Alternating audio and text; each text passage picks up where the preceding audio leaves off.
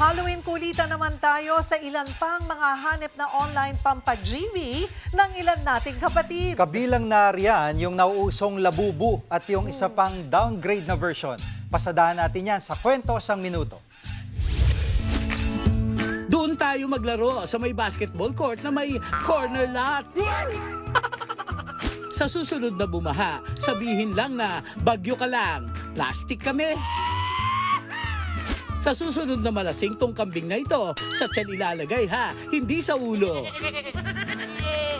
May bahay ako nakita, nagpapapansin, nakaset na pang Halloween. Kapag Halloween, pati pagdumi mo, gusto mong i-postpone. Kasi baka mamaya, biglang may maghuga sa'yo. Kahit sa dagat ka dumaan, uhulihin ka namin. Mga taga-LTO kami. Grabe, nasiraan ako kanina. Iba talaga, mga superheroes ang umayuda. Nakalagay sa anunsyo sa tindahan ng toy gun, itry sa cashier ang pellet gun bago umalis. Alam na dis, bakit bihira ang tumatagal na cashier dito?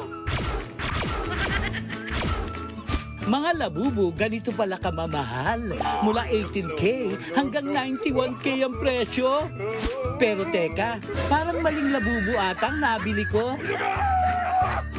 Nagbabalita mula sa frontline. Ay, paano naman ako mag-aalmusal kung galit yung tinapay? Mark Logan, News 5. Mga kapatid, Cheryl Cosim po, huwag maging huli at maging una sa lahat sa balitaan.